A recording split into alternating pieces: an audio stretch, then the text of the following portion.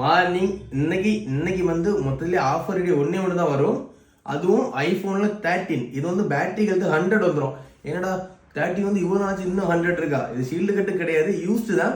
எப்படி 100 பார்த்தீங்கன்னா இதில் 6 மாதம் வாரண்டி, பேட்டரி சேஞ்ச் பண்ணியிருக்காங்க. 6 மந்த் இந்த பேட்டரி வாரண்டி வந்துடும். பேட்டரியில் 100 வந்துடும். பேட்டரி பேக்கப் சூப்பராக செக் பண்ணி நான் வீடியோ இந்த மொபைல் ஆடு போடுறோம். மொபைலும் பாக்ஸும் வந்துடும்.